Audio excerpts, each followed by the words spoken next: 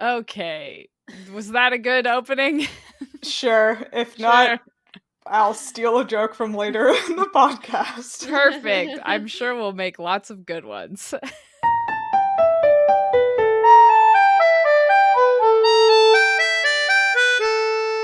Welcome to another episode of Midlight Crisis, a real podcast hosted by three grown adults revisiting books for our teens, and it's totally cool. I am Sophie, and I have a randomly generated YA title for today's episode. Do you? Mine is just a real YA title, I think. Oh. My Throne of Seeds and Scars. Oh, yeah. Damn. Yeah, it's a Persephone story, I'm pretty sure. Oh, Yeah, yeah. really? No, it's not a real one. I mean, it sounds like it would be a real one, and it would be a Persephone and Hades retelling, Yeah. and I'm taking it for when I write that. I was going to say, you should write that. Yep, sorry, we're going to beep out the name of the YA title because it's mine, and no one else can have it. I did Google it just to see if it was a real book, and it's not. But Yes. most of the links are about either the Lion King or the Grishaverse. Ah, we always end up there. The Grishaverse is just Truly everywhere tragic. right now. Yeah, Yeah. Everywhere. cool. So that's mine. Who are you guys? My name is Sam, and my YA title of today is The Warrior of Pirates and Inky Death. Ooh. Wow. Yeah. That's shockingly coherent. I Yeah. know, right? And it also sounds like a book you specifically would read, Sam. 100%. Yeah. 100%. Yeah. So she's like a private. Uh-huh. Jeepers. Either a pirate or a privateer of some kind who kills a kraken. Yeah, probably. Yeah. See, I read this though, and I'm like, I'm essentially Keira Knightley from Pirates of the Caribbean. Hell because yeah. she was like a warrior for the pirates, and then she sent Jack Sparrow to his death via Kraken. Oh my god, I would read the book about Keira Knightley in Pirates of the Caribbean so much. Oh yeah, me too. Yeah, I would read it. I would read the shit out of that book. Anyways, who are you, Hannah? I am Hannah! And my randomly generated YA title for today is A Recording of Ice and Jesters. Oh. I immediately thought that was our podcast, except about the George R.R. Martin books. Oh. True, Yeah. yeah. Yep. It once again has like a fantasy Russian vibe to me. Yeah. Yeah. I mean, what with the recordings and the ice. Yep. Uh-huh. The ice mostly. Mostly the ice. Well, Mostly and the like ice. there's a lot of composers who are Russian. Yeah. Yeah. They I believe probably it. had jesters there. The Russians are known for their sense of humor, I think. Moving on. Unsurprisingly, the books we read this week were Twilight and Midnight Sun. What? Yeah, want to tell us what happened in those? You bet. Sam and Hannah? Uh-huh. I'm so excited. So this week we are on chapter 20 called Impatience, and Alice and Jasper wisp Bella off to Phoenix, and the chapter starts with the drive there, but since Bella is only semi-conscious the whole time, not a lot happens. They then make it to a hotel room where Alice tells Bella how humans become vampires, and they acknowledge their friendship for the first time. Aww. Aww. It was really cute. Then the rest of the Cullens call with an update and that they lost James and are still monitoring Victoria. And then we leave Bella, Alice, and Jasper trying to figure out how or what the mystery dance studio. And then they leave a frantic message for Bella's mom because, of course, that's not going to bite them in the ass later on. No, never. Nope. Never. Never. Well, this chapter of Midnight Sun was called Ambush. And for the first time in a while, we get a totally new Midnight Sun chapter, which opens with the vampire men Sans Jasper booking it north in the Jeep, with Edward giving Carlisle, the medical doctor, instructions on how to care for a human to pass along to Alice. Fucking ridiculous. James stays just out of reach and out of Edward's thought-reading range, but follows until they spring their ambush in the Banff National Park in Alberta. Then there's a long chase scene where we get some very cool scenes of the vampires using Alice's future sight as a dowsing rod again, but ultimately James escapes on a stolen plane and the vampires return to Forks where they get a call from Alice saying that they need to get to Phoenix as fast as they can because somehow or other James has figured out that that's where he needs to go. How does he figure that out? I don't know. I'm assuming it's that Victoria is like scoping out various places, including the school, and Bella implies that her records say that she came from Phoenix and that her mom is still there.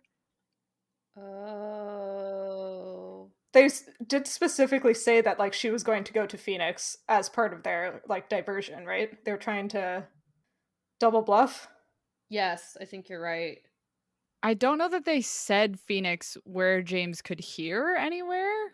Oh, they were going to. I think Bella yells it in Charlie's Yeah. house, right? But Yeah. they Right. say that James wasn't there. But I think the implication is that like Bella even says like she was like, oh man, my records are in the school that say my mom is in Phoenix. And then at the end of the Midnight Sun chapter, Alice's call to Edward says that he's coming for Bella's mom. Okay. Yeah. Right. I did not put those dots together. Me neither. So I think it's that Victoria told him like her mom is in Phoenix, and so they don't actually know that Bella's in Phoenix. They're trying to draw her out. Yeah, they know her mom is there. Which is weird because Gotcha. like her dad is in Forks. Yeah. Although I guess the other vampires are there protecting him. So True. they're like, let's go somewhere where they aren't. I mean, a solid strategy, to be fair. Yeah. I know. As soon as that happened, I was like, man, why did they send Bella to Phoenix? Like that was a Right? Yeah. terrible idea. It makes no Yeah. sense. Why would you go somewhere with any sort of connection to anything? Yeah. I mean, like the same argument could hold that like he could still go to Phoenix and take her mom prisoner or something Mm-hmm. as bait, even if she was somewhere else. Seems silly to have sent her there. With two vampires who can't go out in the sun. Yep. Mm-hmm. Should have gotten those werewolves involved. Yep. Too bad, huh? Too bad. Maybe they're like counting on the fact that James also can't go out in the sun. Yeah. I mean, Maybe? Edward specifically is like, James would probably just murder anyone who saw him. And I'm like, yeah. Yeah, but if he gets too murderous in a city as populous as Phoenix, the Volturi would get involved. True. That's true. Mhm. Anyway, I mean, it makes sense when you think about how the plot needs to happen this way. Yes. This is how the plot needs to work. So they go to Phoenix For the plot. for the plot. Speaking of the Volturi, I have a question for you guys. We learn a little bit more about Alice in this Twilight chapter, and she says that she doesn't have any memories whatsoever of being human or of her transformation. Like, her memory starts when she's a vampire. Uh-huh. And one of the members of the Volturi, Arrow, whatever his name is, he has a power similar to Edward's, but he can see, I believe they say, every thought you've ever had, not Whoa. just Edward's thing, which is whatever thought you're currently having.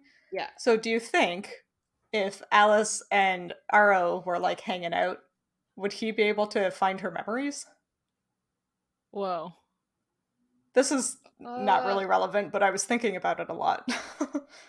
I mean, Wait, she can't remember them herself, though? Yeah, like, would he be able to get into the parts of her head that she can't reach? Was my question. I mean, like, I imagine it would be something like he can access any thought that you've ever had that is still there, right? Like is Okay. Alice's thing like a physical injury? Oh, good question. Because like there are Yeah. certain, like, if you go through trauma, there are like psychological barriers you can have in your own mind of like amnesia and stuff, Yeah. where like your body just like your brain just like shuts off those memories. Mhm. So like that might be something he could get through, but like if it was like you had physical damage to your like memory. I Yeah. don't know. Well, that would make sense with her because she was locked up in an asylum and they were doing all kinds of whack surgeries Yep. on Terrible people stuff. who couldn't fight back. Yep. With no reason to. Yeah. I don't know. Maybe there'll be another book about it. Yeah. About her getting her memory back. Someday we're going to get the Twilight verse book we actually want, but instead we got Midnight Sun. Yeah. And, And then we're the getting... Jacob and Renesmee. Yeah. Boo. Do you guys, I guess maybe not Sophie, but Sam, do you remember like being so hype about Midnight Sun existing? Mm-hmm. Oh yeah. Like I was obsessive. I printed it when it came out because I'm like I am who I am. And my mother worked at an office, so I took advantage of her printer. And I was so stoked. Even like I was a little bit excited how many months ago when we started this? It was and then it last August. Yeah, and then it just slowly, not even that slowly, I think it only took 4 episodes. Just because it's like Edward's the worst. He really just is the worst. Yeah. It's so frustrating. This is my unrelated PSA. That is not to call out past Sam, but is to call out everyone in the future. Hey, if somebody leaks like chapters or episodes or something of a thing you love, don't watch them or read them. No. Be better than 16-year-old Sam. It sucks for the creators. Yeah. Yeah. I don't know. It's one of those things that like you don't think about until like someone points it out. Yeah. I only thought about it because someone was tweeting about it the other day about like a TV show where a bunch of episodes got leaked and they were like, "Hey, this sucks. Don't watch it." And I was like, "Oh yeah, you're right. That does suck." Yeah. Yeah. So now that I'm thinking about it, it sucks. It sucks. Anyway, I had like a weird, I don't know, I couldn't figure out how to put it into words, but I was like weirdly offended by Bella being weird about Jasper trying to keep her calm. So like Bella suspects something is wrong because Alice and Jasper are just like waiting for a phone call that I guess is late from Carlisle and Edward and Emmett while they're supposed to be ambushing James. And so she's like trying to press them for more details and like what's wrong, and she's like starting to panic and then actively notices Jasper calming her down. Yeah. Yeah, she says something to the effect of like, I couldn't trust my feelings with Jasper there. And I was like, oh, that's like so weird, because I feel like when someone is trying to keep you calm, that's like a weird thing to be like angry about. Yeah. Like she like leaves the room like, I left the room hoping that I could like give in to my panicked thoughts in the other room. It's like that. Why would you want to do that? Wants to have a panic attack in peace. Yeah. Oh my god, if I could pay someone to just like take away right my anxiety. Right? Like if it was like, come into this room and just calm me down. It would be like, yeah, I live here now. Yeah. His whole power is emotions, right? So she knows that like her thought process is not getting messed with. It's just her feelings. So she's like, if you can remain calm and be thinking about like, gosh, what's happening to these people I care about? It's like, that would be way better instead of just panicking. Yeah. Yeah. You're like, I'm going to logically think about like what could be going on right now and not totally freak out. I mean, seems reasonable to me. I don't know. It was just like a weird moment. Like I was like, I get it, not wanting someone like messing with your feelings, literally, but like in this specific occasion. But like, were you also annoyed that everyone was like constantly being like, Bella, don't worry, Bella, don't worry, Bella, don't worry? And I'm like, what do you expect her to do? She's gonna worry. Yeah. And I guess like it's the same problem where nobody is telling her anything. Yeah. Telling someone to calm down. It's like, when has saying don't worry, like when has that ever made somebody not worry. Not ever. Not Never. even once. No. But also, if Jasper was doing such a good job of, like, masking her anxiety, wouldn't she not realize?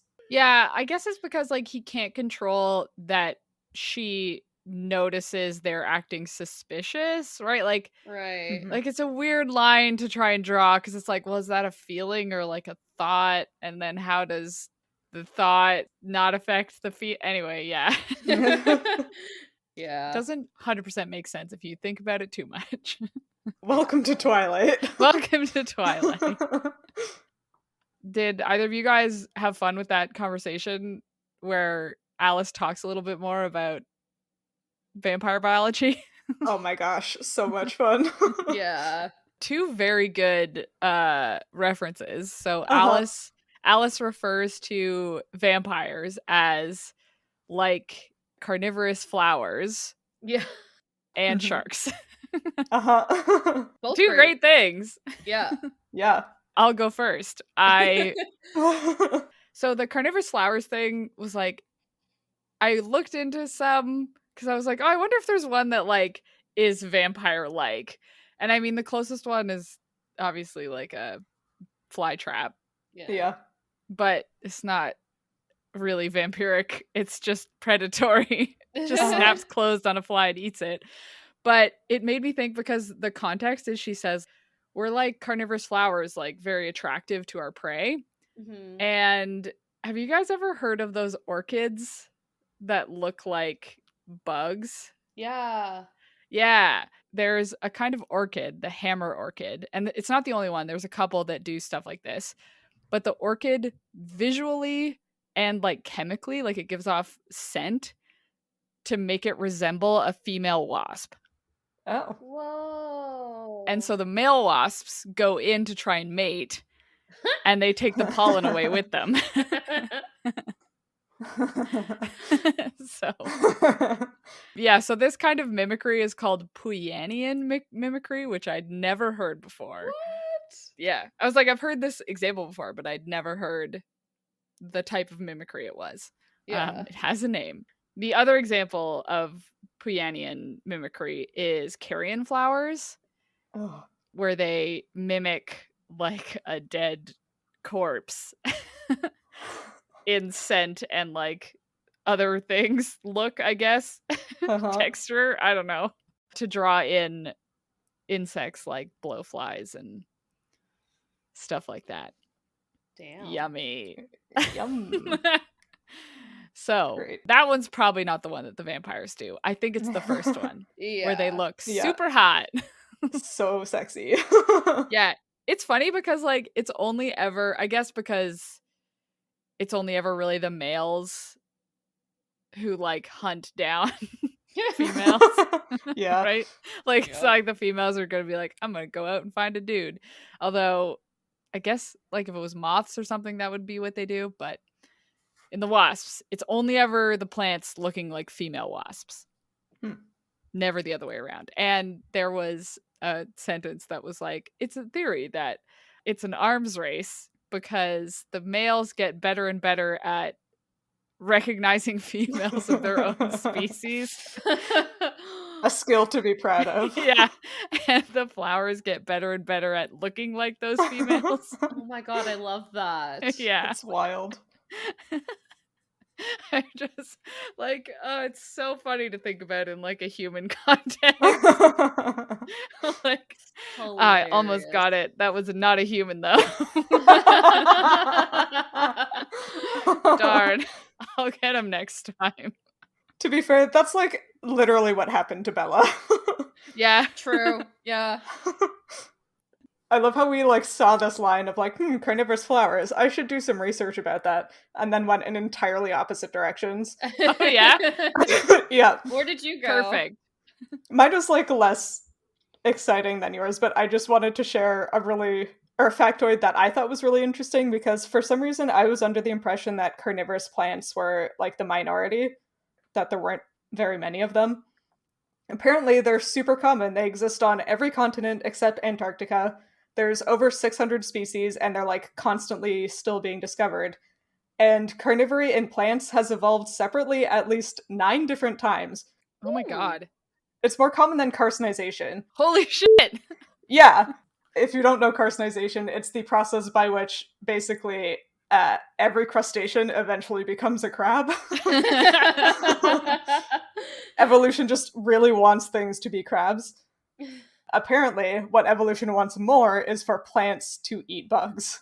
That's hilarious. Yeah. I thought love was that. really interesting. There's a whole bunch of them.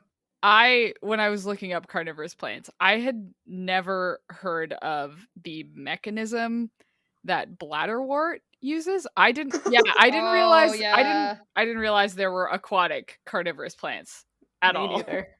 And like bladderwort, basically it creates like this vacuum inside each, like, I don't know, wort. Bladder, so, like, probably. Bladder is probably the right one. Inside each bladder with a door on it. And so when a like Daphnia, like some little plankton, brushes up against it, it like snaps open and yanks it in with the vacuum. It's so crazy. Plants are cool. This was the sidebar on carnivorous plants. So vampires. So vampires are not like those.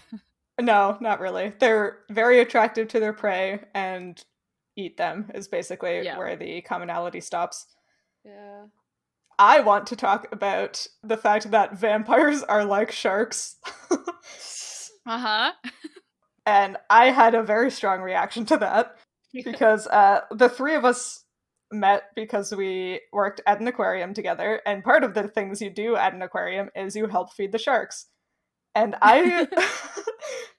the comparison Alice makes is that vampires are like sharks, and that once they get like a taste of or even like the scent of blood, they enter a feeding frenzy and it's so hard to stop.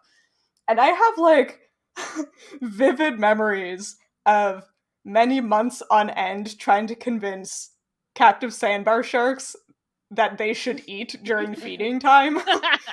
I put so much effort into these sharks. You had to like feed them with specific foods at like a specific angle in the water. Like, oh my god. Sharks do not feeding frenzy like this, and I have a lot of strong opinions on that. Like, you could have at least said piranhas, but like the three of us know that piranhas are actually wimps, but like they actually do feeding frenzy. Just like the idea that like, oh yeah, it's so hard for a shark to stop eating. I'm like, you have clearly never tried to feed a shark, my dude. Like you have never seen disdain until you have put like a delicious bloody piece of mackerel into the water. Oh man. Trying to feed it to a shark who does not like mackerel, and they just like touch it with their face and go ugh, and like disappear. Like they are just like turn their entire body away and they are like goodbye. Like, how dare you try to feed me this? How dare you try and feed me this? Give me bonito or give me nothing. Oh man, trying to feed the black tip reef sharks, which are known for being skittish, and they would not eat unless you like threw the food so it landed at a specific distance in front of them and sunk at like a specific rate, so all they would have to do is like open their mouth as they're swimming to eat it. They would not go after it. Sometimes they would actively avoid it, and you'd like get the perfect angle and they'd be like, no! So it's perfect. Sharks. Yeah. I love sharks, but oh my god. But also there's so many sharks that don't actually eat like fish. You've got whale sharks and megamouth sharks and basking sharks. Yeah, even the ones like there's a lot of little ones that don't like sharks. They just don't like. There are very few sharks that probably go into a feeding frenzy, quote unquote, right? Yeah. Like if it's like, I don't know, a bait ball situation and everyone's going nuts. Yeah. Probably, but even then, like a Port Jackson, they Teeny like. Can you imagine one of those little guys? He's not going to go into a feeding frenzy. I just a bamboo shark. I just imagine like a little bonnet head shark trying to like get in with all like the big hammerheads and the green buckets. Like, my turn, let me at me! Oh my gosh. Though I know that would never actually happen. Yeah. A bonnet head in a feeding frenzy would just be the cutest thing. That's what, yeah, just imagine. He's like, look at me, I'm trying, I'm a shark. He's doing the Look at me go. best. The best he can. Best he can do. Bonnet head sharks are like teeny little hammerheads, right? They get up to, I think, maximum like a meter long, if I that. don't even think that long, to be honest. I don't think even that big, yeah. Yeah. Very small, and they're also, I think, the only shark that is known to be omnivorous. Like, they eat seagrass, which is super cool. Yeah. Anyway, sharks. Not as frenziful as you might think. Yeah, vampires, more frenziful. That's not a word. It's a word shark. now. The next part of the conversation that Alice has with Bella is like the part where Edward doesn't want her to tell Bella how to get turned into a vampire. Mm-hmm. But she talks a little bit about the venom, which we all historically know I hate. But no. You hate me and Hannah talking about it. Okay, yes. It's a good point. It's fine unless it's us specifically. Yeah. I don't care for what Hannah and Sam have to say about it. So what I have to say about it, this part. What I found weird is she said the venom was a superfluous weapon. And then the venom doesn't kill, it's merely incapacitating. It works slowly, spreading through the bloodstream so that once bitten, our prey is in too much physical pain to escape us. Mostly superfluous. And then it takes a few days for the transformation to be complete, depending on how much venom is in the bloodstream, how close it enters to the heart. As long as the heart keeps beating, the poison spreads, healing, changing the body as it moves through it. Eventually, the heart stops, and the conversion is finished. So, what this told me is the venom as incapacitation, like as that purpose, was secondary. Yeah. Right? Yeah. Because this makes me feel like the venom serves the purpose to like change the person into a vampire, but it also happens to like make hunting easier, mildly. Yeah. And so like for me, it has to be like a parasitic thing, right? Yeah. Explain. I don't know. We've talked about this a couple different ways, but like, yeah, the venom has to carry a virus or the parasite or whatever that then takes over the host and turns them into a vampire kind of thing. I did like a deeper dive on different kinds of parasites. Okay, see, you know how you hate it when we talk about the venom? I don't like talking about parasites. I have some terrible ones in here, you guys. Oh no. Okay, no, but the one there are some bad ones. Oh my god. Damn it. Okay, but the one that I'm thinking, which is not great for right now when we're in the middle of a virus-based pandemic, is I think it's probably a virus. So just like some fun facts. Some fun virus facts? Yeah. 15 months into the global pandemic? Yeah. So the rabies virus, right? Okay. We all know it causes the host to bite. But a thing I didn't know is it also causes the host to not want to drink water because because that would wash the virus down the throat away from where it can be transferred in the bite. So like, yeah. I didn't know that. And then the Baculoviridae, which infects certain caterpillars, causes incessant hunger. Oh, maybe I have that. The caterpillar will just keep eating forever. Yeah. Gluttony. I can relate.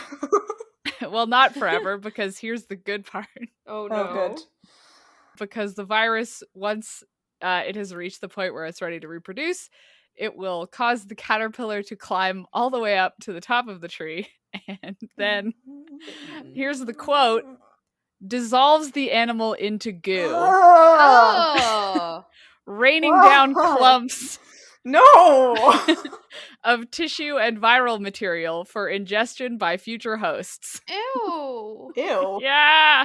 Isn't that horrible? I thought that was gonna go like puts itself on a tree and like does a little fancy dance so a bird will Yeah. eat it and then Yep. like pass on like that way. Yeah. Yeah, so- somehow it was Nope. worse. Yeah. So that part It got isn't true. worse. Vampires. Ew. I mean, we did decide that transformation is like a moth-like metamorphosis. That could be Yeah. relevant. Could be relevant. It dissolves the animal into goo, but inside the shell. Inside the human carapace. Yeah. Well, that's gross. Thank you. You're welcome. So malaria changes the mosquito's attraction to food while it's like building up inside. So mosquitoes are less attracted to human blood and more to nectar to give them like more energy during a certain period. And then when it's time to reproduce, it like way increases the attraction to human blood. Oh, that's interesting. Yeah. Wild. Huh. So terrible for malaria in our world, but you know, it's a vampire thing. It's good if you're a malaria. Virus got a virus. Exactly. Oh. Okay, I'm not going to read some of these. Oh man, I have such like a lizard brain reaction to learning about parasites. Yeah. Okay, I'm just gonna go through a couple parasitic wasps really fast. Okay. Just because they're fun. So fun. There's a parasitic wasp that infects spiders that the larva inside of them, before they're ready to like leave, induces the spider to change its weaving pattern to create a cocoon for the baby. What the fuck? What? Right? Like these are all I looked up like behavioral changes that parasites can induce, and like some of these are wild. Another one, a parasitic wasp causes a ladybug to I guess the larva creates a cocoon under the ladybug host, but then the ladybug host no longer has the larva inside of it, but it stands on top of the cocoon and just stays there. What? And if a predator comes by, it like pushes it away and waves its legs. What the heck? What? Yeah. What? Like, it's wild. How do these things evolve? They're so complex. Right? What? And then the last one I had was an emerald wasp, which infects cockroaches. Cool. It's one of those ones Two of my that like favorite things. yeah, it's one of those ones that like stings it and then drags it away to like put in a hole so that its baby can eat it from inside. But very Renesmee. yeah, but it has to sting the cockroach in the brain. Like that and the wasp toxin, the way it was described, the wasp's toxin does not affect the host's ability to move physically, because the cockroach will move where the wasp drags it, but it affects its motivation to move. I have that one too. Yeah. It is wild. So anyway, what I'm saying is there's like this is a parasite, and it easily could do all of these things. Apparently, huh? The last one that I think you guys would like. Well, maybe you won't like it. Have I enjoyed any of these? This one has a crab in it. Oh, I do like those. I do, yeah. So there's a parasite that like hangs out on the crab tail, which is like flipped underneath and really tiny. Uh-huh. And it changes the hormonal balance. Like it usually infects males, and it will hang out on the tail, and the change in the hormonal balance makes them like nurture this thing as though it's eggs, because females carry eggs in the same spot. Yeah. And it'll stay with the crab for like its whole life, but if it's removed, like in a lab setting, the crab will actually develop female gonads. Whoa. So it makes like some serious changes. Whoa. Yeah. What? Isn't that cool? It is pretty cool. It's horrifying, but like very interesting. Pretty cool. Nature is wild. Oh, I hate it. Thank you for sharing. So those are all my behavioral changes caused by parasitism. Can we talk about how Venom enters the body through kissing again, and how that can make No! somebody a vampire? It's like, I feel like I had thoughts about the Venom, but now I'm just kind of... Finally. The The only thought like I had still going from that is like when Alice describes it, it's like it leaves the person incapacitated for days, depending like how much venom, how close to heart, and everything like that.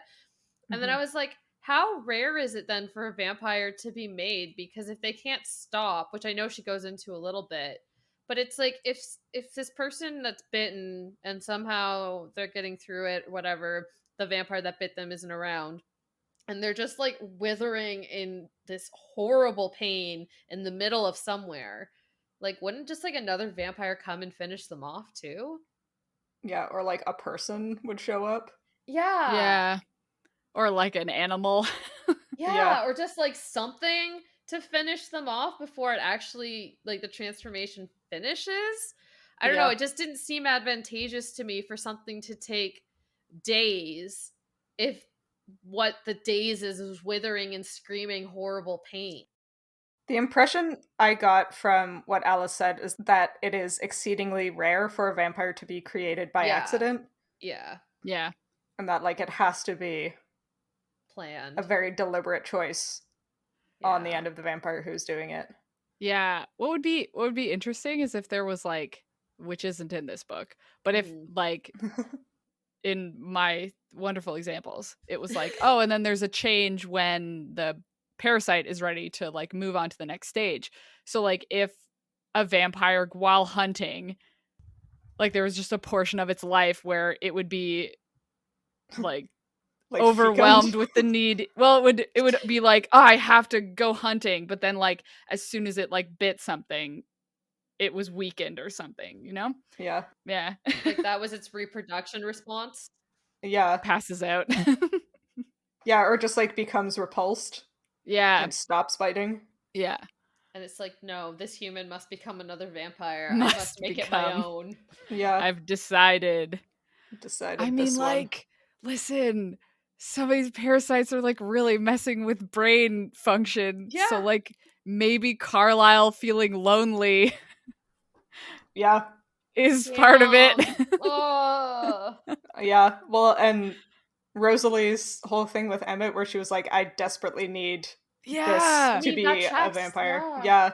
That checks. Yeah, like it does. Falling in love instantly and immediately with someone. It's all part of the vampire reproductive strategy. Yeah. Jesus Interesting. Christ. How are we making this all work and make sense? Like, how? Man, we're gonna write such a good vampire book at the end of this. Oh my god. Oh my god. Our vampire that we make up is going to be fucking bulletproof. No biological flaws in this vampire whatsoever. Biological flaws. Except for the immortality. That part's still really messing with me. I mean, you could do something with lobsters or the... Yeah. They molt. Well, like, lobsters are functionally immortal. They don't have shortening telomeres like a lot of other, or like every other animal does. The thing that limits a lobster's lifespan is the energy expenditure that it puts into molting. Yeah. So if you could find a way to make sure that a lobster had enough energy to continue molting well past what would typically be a terminal or like final molt, or if you could come up with like a man-made way to assist in molting, scientists currently don't know what the actual upper limit on lobster longevity and lobster size would be. So it could be the same kind of thing with a vampire. If the cells don't age, then the vampire won't die unless something kills it. Well, that checks with the rest of what we've said, because we've said, like, they don't lose hair, they don't lose anything, they have no need to produce new cells. So the aging with respect to shortening of telomeres isn't even a concern at this point. Yeah. And I guess they're also immune to disease. Yeah. The venom would kill anything, and their only bodily fluid is venom. Mm-hmm. Maybe vampires are present in like such low numbers that there like hasn't been an impetus for a pathogen to evolve. Yeah. But could so the Cullens and their like large vampire coven are going to be the ones who originate a pandemic for vampires because they're going to provide like such I would read that book. I kind of want to read the Vampire Plague book now. Me Don't too. In like 10 years when I don't remember the human plague book, that is my life. Don't the Volturi have a bunch of people? That's true. Yeah. Do they all live together, or is it just like they come together? I don't remember. Both. They all live in like that area, but they're not ever like congregated unless it's like to do something, I think, Right. like to go out and like hunt or something. Yeah, and there were also the Southern Vampire Wars that Jasper was a part of. And Yeah. like, I don't know very much history, but I do know that having a bunch of people congregated in battlefields is like prime time for diseases. Yeah. Yeah. But still, it could just be that whatever biological defenses the vampires have are too great in comparison to the potential reward of like fighting to evolve to be able to predate on a vampire.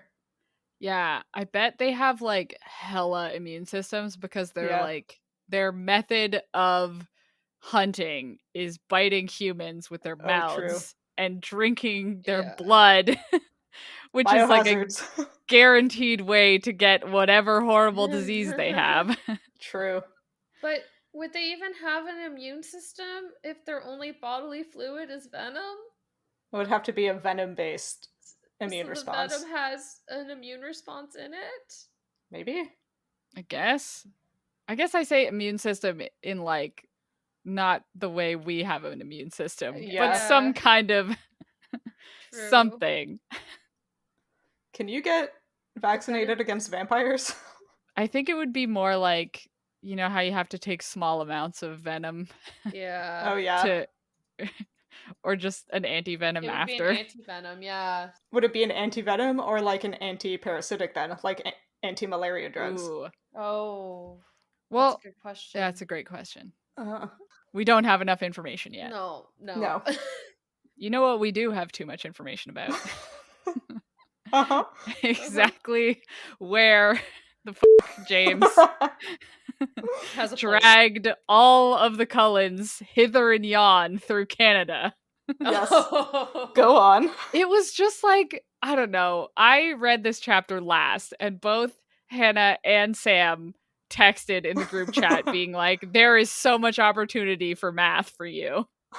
And so I was like, oh, ready for this. This chapter was so weirdly specific. Yeah. It was so specific. Like, what infuriated me was that she clearly knew exactly where they were going, Yeah. which that shouldn't infuriate me. I'm like, good on you. Great. The results of what I got infuriated me. I had to do this math twice because I did it in order while it was happening. And then at the end, it gives us like specific numbers. So now we can actually calculate the speed that a vampire can run. Woohoo! All right. Yay! Ooh. So I had to do this a little weirdly because if you just take a straight line distance, basically he says that they are 170 miles northeast of Vancouver. And then he says they run from there straight to Forks, basically. So it's a straight line distance, and he says it takes them 3.5 hours. Uh-huh. There you go. If it takes them, I had to change it because I was like, they have said that they can't move as quickly through water. Yeah. And so I had to make up some math here. Human swim speed is 6 miles per hour maximum, and a human Okay. run speed maximum is 28 miles per hour.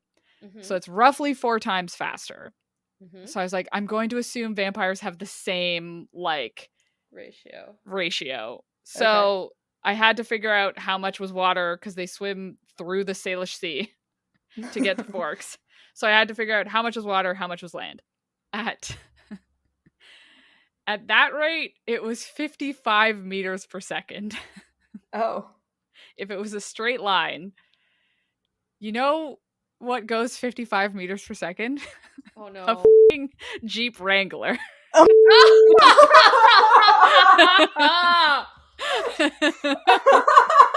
Wait, seriously? They're only going that fast? So, no, that was how fast, like, a modded Jeep Wrangler, like, specifically what we talked about last episode, where Edward was like, we can definitely outrun a Jeep Wrangler. And I was like, I've seen this number before. Fuck you, Edward. Oh my god. Wow. Okay, no. So I thought about it a little bit more, and I was like, they are deep in the Rocky Mountains. Yeah. So there is no way that a straight line distance was the path they took. No, there's no way. Yeah. And so from where I estimated they were, there is a highway that goes through the mountains. And by my assumption, a human-made highway is going to be the easiest way to traverse a mountain range. Yeah. Yes. Yeah. And it's nearly a straight line. It's like goes in and out. Yeah. But anyway, so I was like, I'm going to take that distance as if the distance a car would drive. I'm going to say that's where they were running. Mhm. So Smart. that almost doubles the distance. But still, at that distance, it would take them to 67 meters per second. So definitely faster than a Jeep Wrangler. Yep. Not nearly as fast as what we had thought, because I went back to do the Port Angeles math just to double check. Because in that, Edward says it took him minutes to get from Port Angeles to Forks. And so at 3 minutes, which is, I don't know, the lowest amount we thought it could be. Yeah.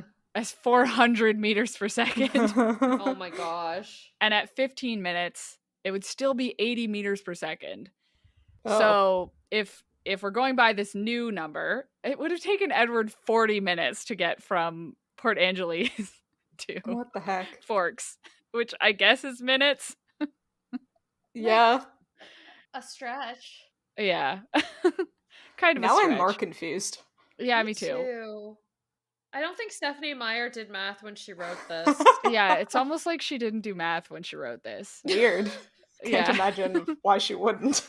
I mean, while I was doing this, because I did this math like 3 times, I was just like sitting here angrily like, why didn't you just pick a speed and then stick to it and work everything out from there? And I was like, because that's not how you have to write a book. You can just kind of assume people aren't going to be doing the math.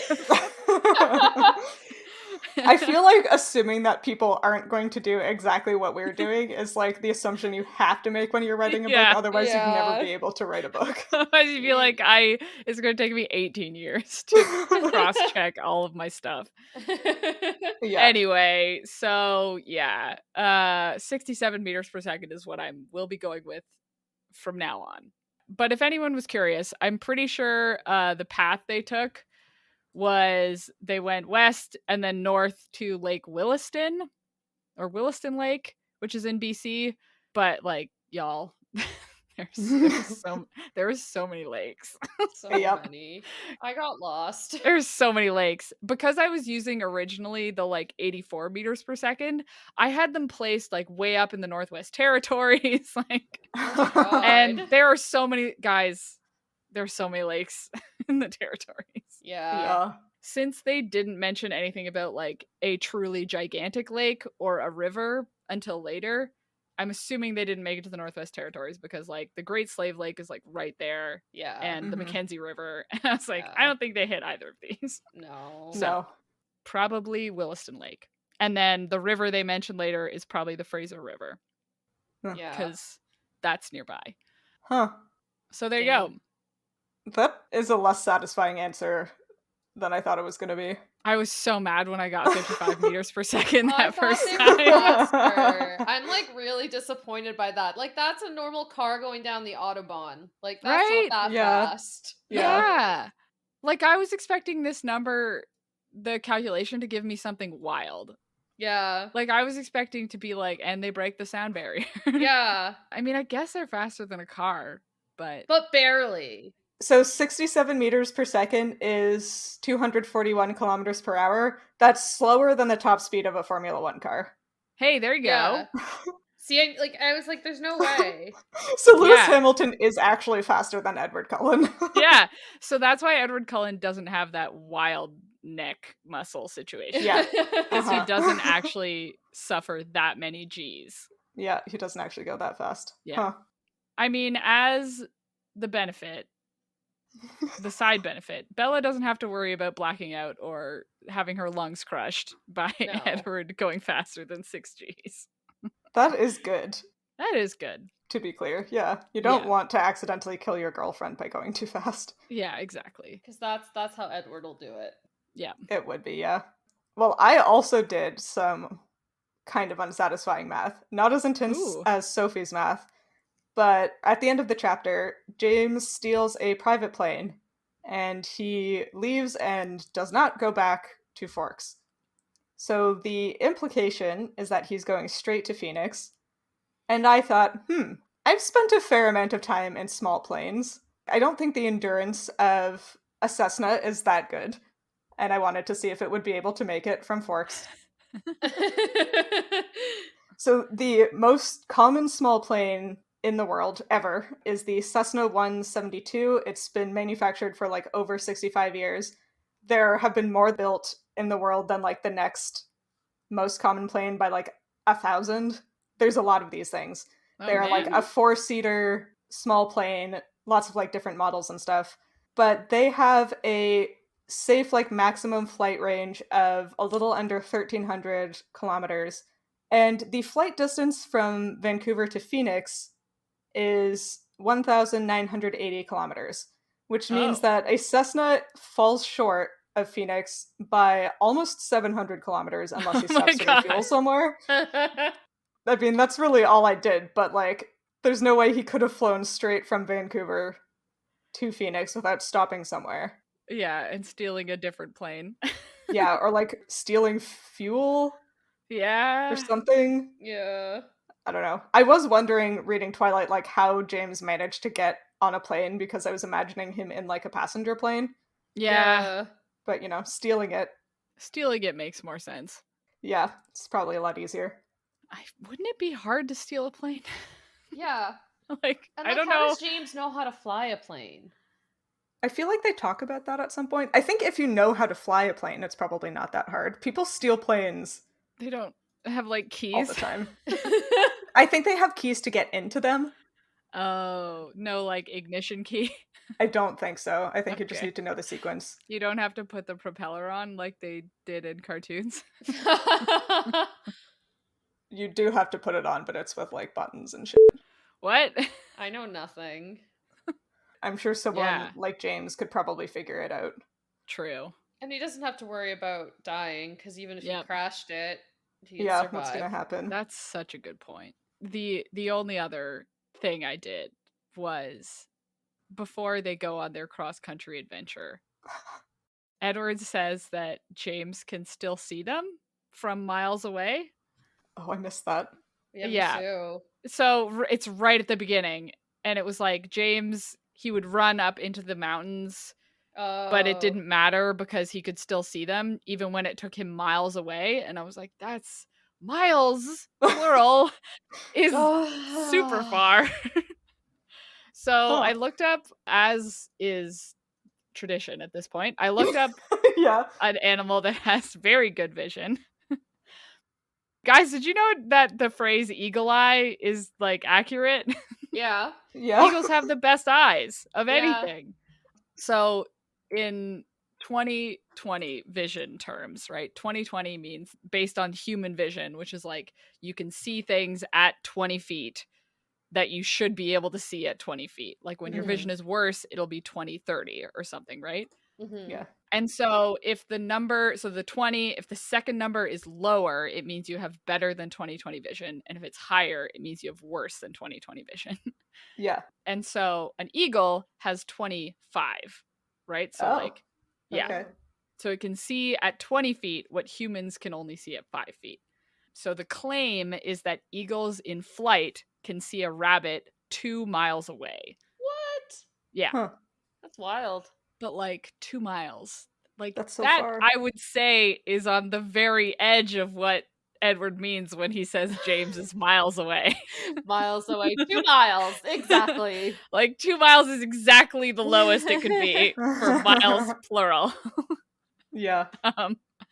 So I looked up like physically what a human eyeball can get to in terms of like good vision. Yeah. Human eyes physically, because of the structure of our lens, like the retina, like everything like that, because of our physical structure, we can only get to like 2010 Yeah. or 28 maybe. And if you look at like a diagram of an eagle eye versus a human eye, it's like this horrifying thing. Like a human eye is like a ball with like the optical nerve coming out the back. Mm-hmm. The eagle eye is like a ball, but instead of like the optical nerve just like coming out the back, it's got this like cone of muscle and vitreous humor coming out the back that's like gigantic. So it's, I don't even know how to yeah, it's like a weird shape, and it also has this like bulbous aqueous body in front of the lens, and the lens is huge. Like it looks nothing enormous. Yeah, it looks nothing like a human eyeball. Oh, what the heck. And also eagle eyes for their body size, like eagle eyes take up half their skull. Whoa.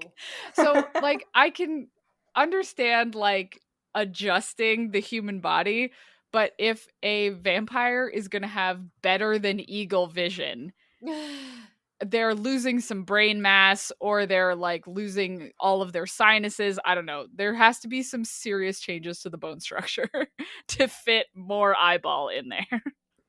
What do they need sinuses for, really?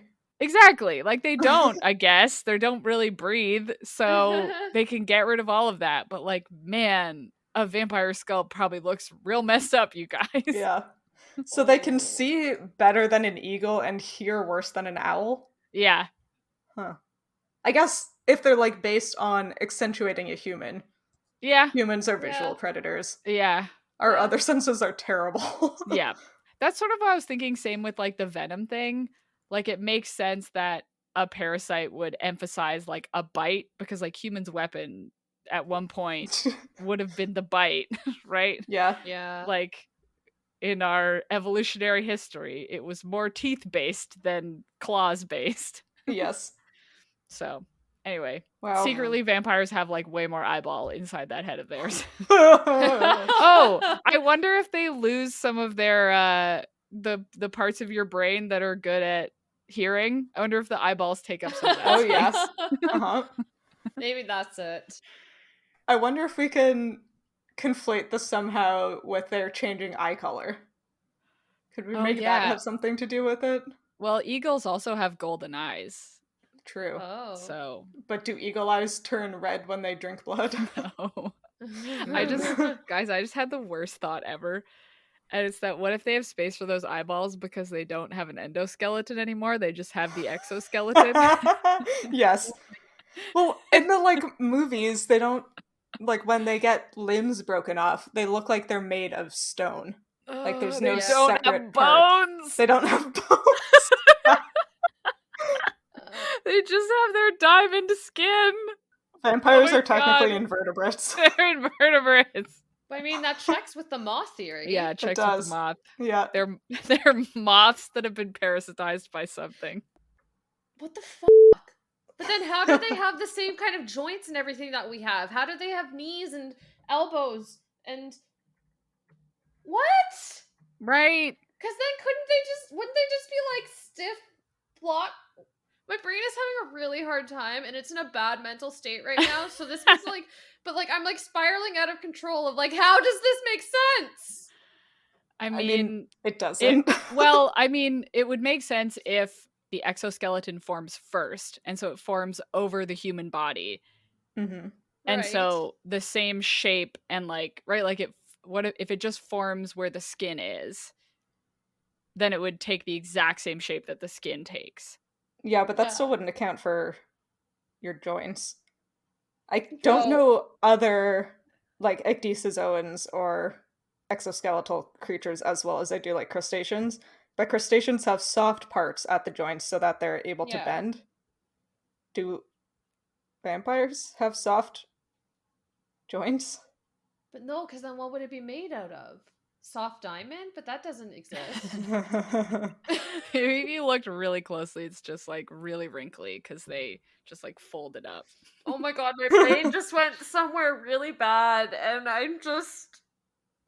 I don't want to Oh, hear about it. You don't. Don't. You really No, I don't. Yep, so that's the end of the podcast. Great. Yep, we're done. I've My brain decided. is broken. Yep. So anyway, what do we think happens in the next chapter? The next chapters are called In Twilight, Phone Call, and in Midnight Sun, Race. Well, So what do you think? Doesn't Bella's. My brain is really broken right now, but like I literally can't stop thinking about. Nope.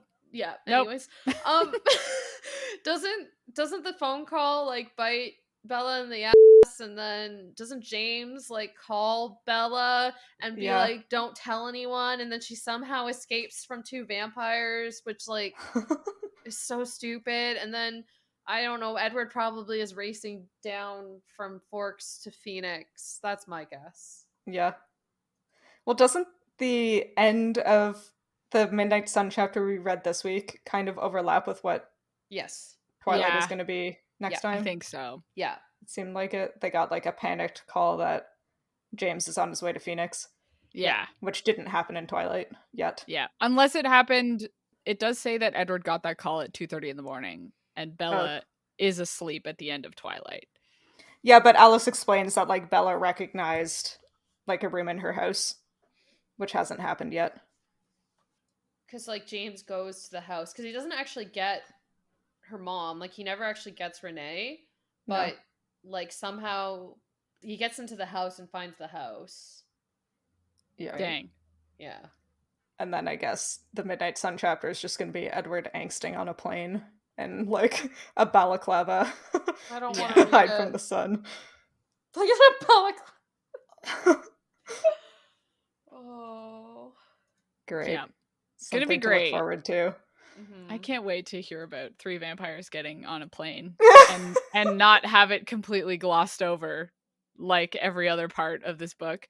I was so mad that they just like got through California in the minimum amount of time. They have to drive. When they're driving from Forks to friggin' Phoenix, and she says they go through California, that would take them through Los Angeles. Like, that would freaking take forever. Yeah, like, the highway goes right through there. Yeah. Like, there's no way they did it in that amount of time.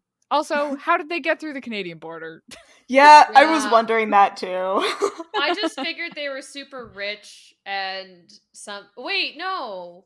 They wouldn't have gone through a normal border. Well, they were like they on were driving roads. on highways. Yeah. They don't say they got off the highway to get through the border. So so they're super rich, so they have fake IDs. So they have passports. Yeah, but they would have had to like slow down to go through the border. Oh, and, true, like, and there's usually really long lines. Yeah. Maybe they have the Easy Pass. I don't think the Frequent Easy flyers. Pass existed in 2005. Yeah, I don't think so either. Let's not talk about these books anymore. Let's talk about what other books we're reading. Right now, currently. I am currently reading High Fire by Ian Colfer. It's pretty fun. It's like about a dragon that lives in a swamp in the US. Ooh. And he's the last of his kind, and he's just been living there with the alligators. Wow. And he makes friends with a kid who discovers he exists. It's fun. It's an adult novel, very adult. It's got some intense parts, but it's like a fun game. Cool. Oh my god, it's a fun book. I play too many video games. And then I got out of my book slump this week and read both The Kiss Quotient and The Bride Test, and they were both very cute. Thanks, Sam, for recommending them. No problem. Yeah. I also finished House in the Cerulean Sea since our last recording, and it destroyed me emotionally. I think I'm ruined. all of us. It was my favorite book that I've read all year. Yeah. It's so good. Yeah. Yep. What about you guys? I plead the fifth. Only 4 more chapters, Sam. Yep. No, by the time this comes out, yep, I will have finished The Way of Kings. Oh, and if I man. have not, if I have not, Everyone who listens to this podcast must hold me accountable. Bold claims. And I will buy Sophie and Hannah both an expensive coffee and or tea if I am not done by the time that this podcast gets released. Now I'm gonna sabotage you. Yeah. No, you're not, because I'm gonna turn my phone off this weekend and I'm just gonna read The Way of Kings. Oh no, you misunderstand. I'm not going to do it. I'm going to talk to your boyfriend and get him to do it. I need you to somehow make Way of Kings disappear. All right, Sam, you have until May 25th.